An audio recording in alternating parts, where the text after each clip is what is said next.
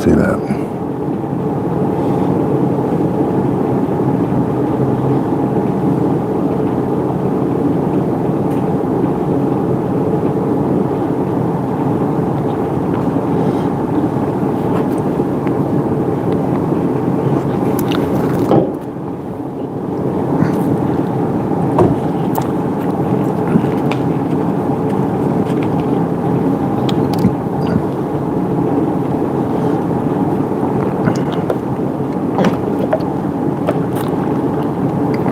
It is a fast response. 46. About 15 minutes. I have any damn paper. Right out of the house. Got it.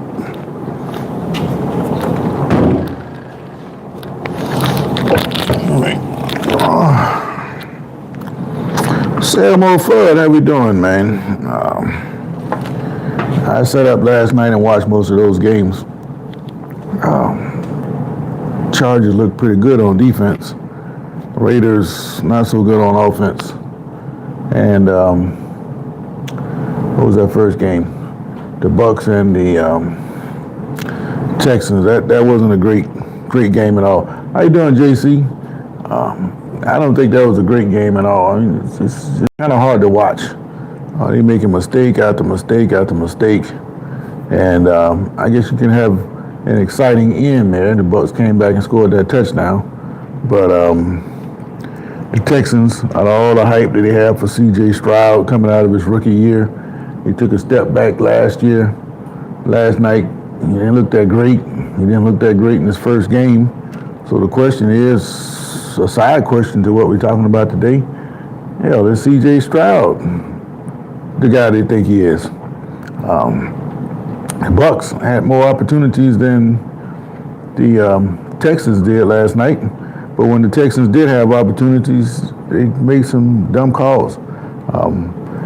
It's like Ike and Mike, they all alike, all these coaches a lot of times, especially in high school and in college, because everybody else is doing it, you want to do it too. Here the Texans have a first and goal on the 1 yard line. They go to the shotgun and try to run the ball with Chubb. They stuffed him. They tried to throw the ball on second down. That was incomplete. Then he rolls away on third down, which puts himself in a limited position, and he throws the ball away. Crowd is booing, booing, booing, and I can quite understand just why they were booing, because this team here, it just didn't look like a professional football team. You would think, especially with teams like the Falcons, I think they got it now. They want to run the football. They line up under center, and they hand it off to those backs, Bijan Robinson, and they're getting it done up front. And I think that's the way football is designed to be, on the goal line. You don't go shotgun and expect to run it up in there most of the time. It's not going to work. Now, I understand the run-pass options, and if you got a quarterback that's running, say like a Jackson on the goal line in the shotgun, maybe you can do that. But you're going to stuff the middle and pinch the outside, and you can stop the Ravens. So even with their great weapons, they're limiting themselves by going shotgun on the goal line. And the Texans right now, their running game is just not what it should be. And Stroud, he is off. And then when he drops back to pass, the line is not protecting. So I wonder about the sanity of some of these coaches. You already know what you're limited when you go into these games, and yet you still try to jam that square peg into that round hole, and it just don't work. And these quarterbacks, they're getting banged up. So let's see what happened. A sick call from the game. They knocked out Justin Fields with a concussion. Joe Burrow now, he's going to be out basically the rest of the year. He's got to have surgery, as determined yesterday, and turf toe or whatever he had. And it's to the point where he's got to go have surgery. So that messes the Bengals up. And they're going to go with, what's the guy from Washington? Jake Browning. He's going to be the quarterback, and they're going to bring up Ripien from the practice squad. Then you have Caleb Williams. He's got a knee sprain. And then J.J. McCarthy, he's got an ankle problem. But I suspect that the Vikings fans are celebrating the fact that McCarthy is hurt because he is some kind of terrible trying to play quarterback in the NFL. And I wondered if he can play in the NFL. And the way he's looking right now, he's sure showing me that I might have been right to question whether he could play in the NFL. So with all these quarterbacks banged up, Purdy in San Francisco, he's hurt. He's going to be out for a couple weeks, but Mac Jones stepped in and led the team, so they're not as affected as much. So the question is, what do these teams do for a quarterback? You got the Browns. They've already been poached for their fourth quarterback. Pickett went to the Raiders as a backup, but you still have Sanders and Gabriel who not getting very many reps. I know Sanders is not getting any reps in Cleveland. Do you deal a guy like Sanders and try to get some draft capital back, send him somewhere? Maybe he can go try to play for somebody else because it's clear that the Browns, they don't want to use him. Then you have Kirk Cousins. He's the backup in Atlanta. Penix seemed to be doing all right. And because Penix is doing well, Cousins, with that big salary he's just sitting there hoping and waiting to play. Not that he wants Penix to get hurt or anything, but he's ready to go. He prepares like a starter, and whenever it's time to go, he's going to be in there. I said the other day that I think that maybe the 49ers should call Atlanta to try to get Kirk Cousins out there, but it looks like Mac Jones is going to hold the fort down until Purdy comes back. It's not a whole lot different playing style than what Purdy has, so it's not much of a drop-off there. But the Vikings, they didn't want Cousins. They want to get rid of him, let him go as a free agent. That's how he ended up in Atlanta in the first place. Then you're going to draft a quarterback. Ended up with McCarthy, thinking he was going to be the answer. He got hurt last year. Then you get the surprise performance from Sam Darnold. Okay, Sam Darnold probably was set to come back to Minnesota this year until he turned back into Sam Darnold in the last two games that they played. They lost the last two games. They lost the game to win the division against Detroit, and he lost in the wild card round of the playoffs. And because of that, they decided that they're going to take a chance and go with McCarthy.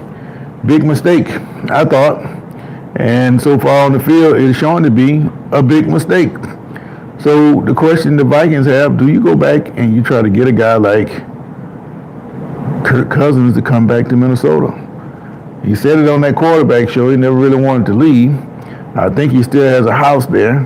But if the Vikings do reach out, if you're Cousins, do you tell them to go to hell, or you go get on the plane and go back to Minnesota?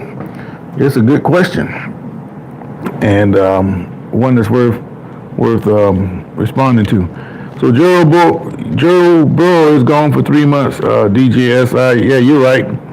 He basically saying that he can't come back to a minimum 3 months. Hell, the season is just short of 4 months. Unless the Bengals can make the playoffs, he's not going to play. And even if they did make the playoffs, that means your backup quarterback is functioning pretty well.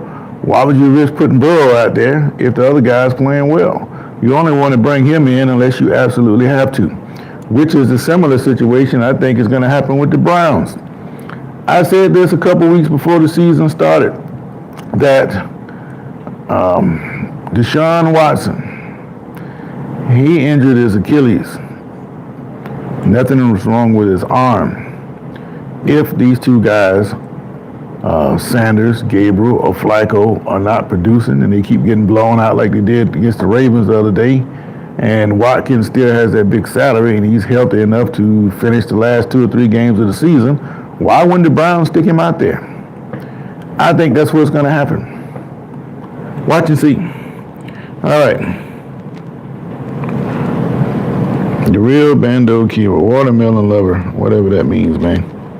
Well, you look like an ape your damn self, so you go bother somebody else. It's like a sucker to me. Okay, let's see. Takes care of him. He'll be gone in a minute. So, Dark Horse. All right, it's Lightning McQueen in the GOAT conversation. Unk. I'm not familiar with a Lightning McQueen. Who are you talking about? But yeah, Joe Burrow is gone. Please. Dark horse, the real. Okay, this guy here crazy. All right. The question, though, I want to talk about today, I don't have a whole lot of time, is Travis Kelce. Travis Kelce, before this season, he flirted with the idea of retirement, but he wanted to come back and try to make amends for what happened to the Chiefs in the Super Bowl. I think for sure had the Chiefs beat the Eagles this time around, he would have retired. But he comes back, and as you know, the first game he runs into Xavier Worthy, dislocates his shoulder, takes him out for a couple weeks. Then yesterday, Sunday, he drops a critical pass that should have went for a touchdown, and that hurt. And he's on the sideline slamming his helmet and doing all kind of things that's un-Travis Kelce-like. As you know, he's set to be wed to Taylor Swift at some point, I believe next summer. And my question is Kelce distracted by Taylor Swift? Is she the reason why his mind is not completely on football? I'm thinking if Kelce is going to continue the way he's going, I think this is going to be it for him no matter what.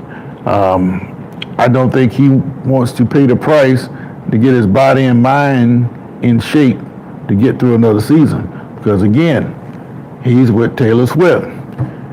Why kill yourself? You got a billionaire-to-be bride. You've had a great career. You got a couple championships. Where's the hunger? And for him to make bonehead mistakes like dropping touchdown passes and running into teammates, which should never happen, even on the Pee Wee level, that should never happen.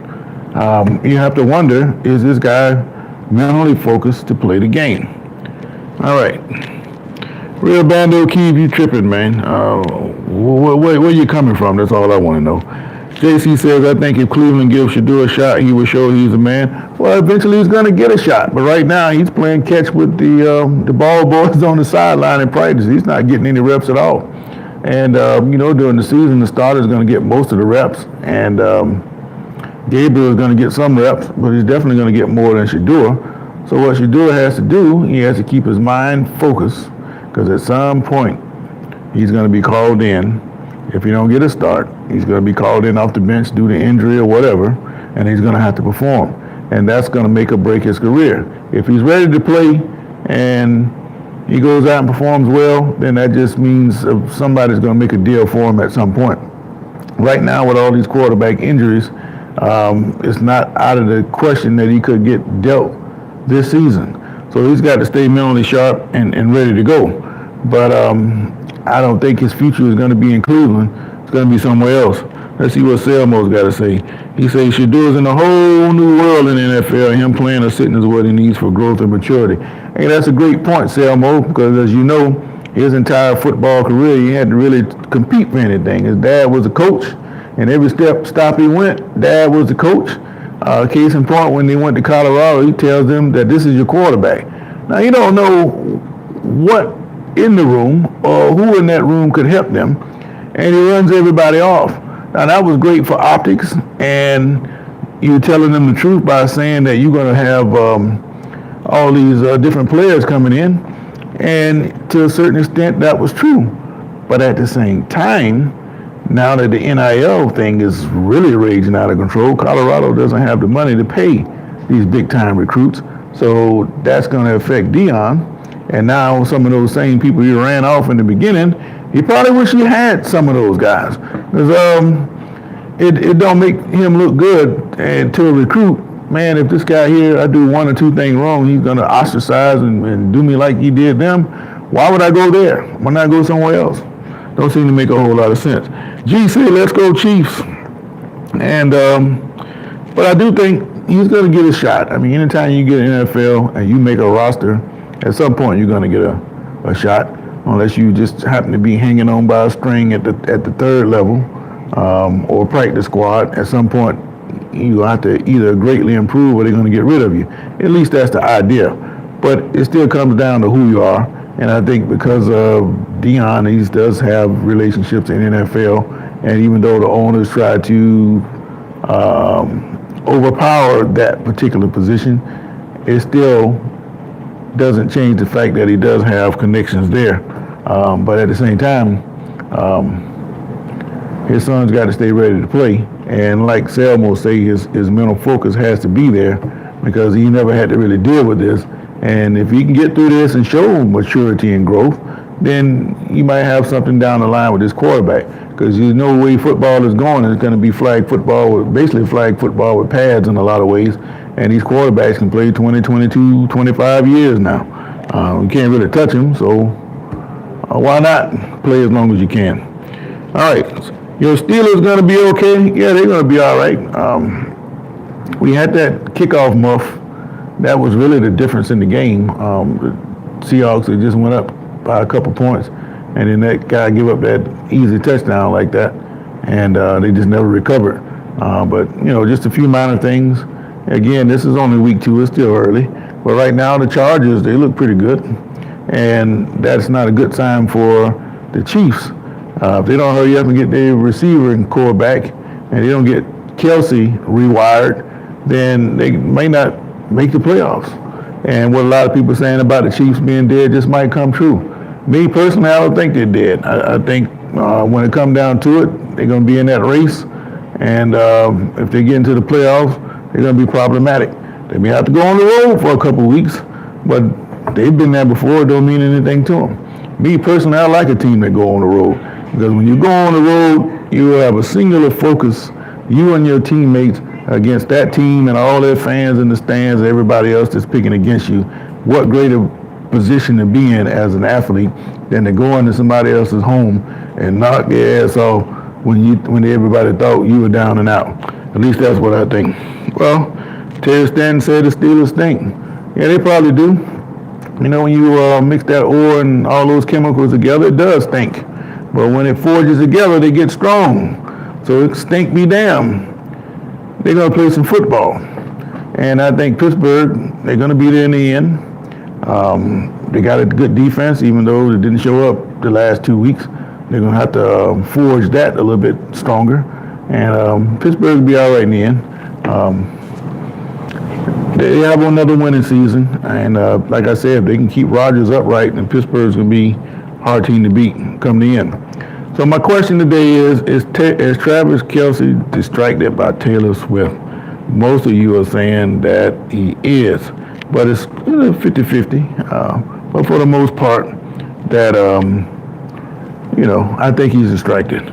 Oh, Fred Wright, where you been, man? This not the guy from, not the Timberwolves fan. This the other guy from OKC. Fred Wright, OKC. I remember you. How you feel about the Colorado Buffs? We in trouble? I think Deion might be in a little bit of trouble health-wise. If it was me, if I got these health problems, knowing how health doesn't really reverse itself for the most part, and I'm 58. I'm on an island somewhere in Hawaii. I don't worry about coaching no damn football.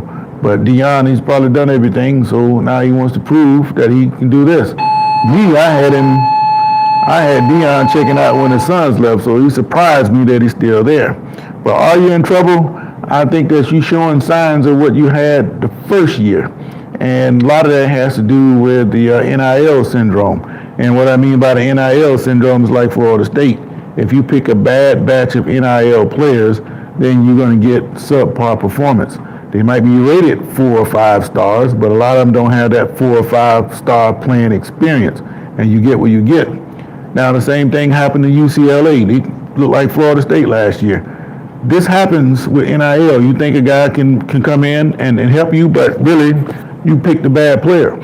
But some teams pick better NIL.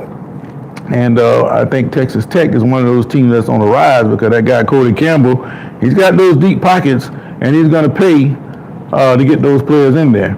And I think that's Colorado's problem. And Deion has cited issues with the lack of NIL money is not there like it should be, at least like what he like to see. But if Colorado can get that NIL projections up, then they will get better players and they're going to be all right. But how long is Deion going to be there? I don't know. I think this is a saving face kind of year that he don't want to just turn. And he's got a big buyout that if he walks away, he's got to pay a lot of money back. And I don't think that's what he wants to do either. So I think if he has a subpar year this year and he comes back next year struggling again, I think that's going to be it for Sanders next year. And that'll be, 4 years? That's about how long most people expected him to stay at the most. But me, again, I had him going when the Suns left. He surprised me, so we'll see what happens. Travis is a great player, but like anyone else, you have your good days and your bad days.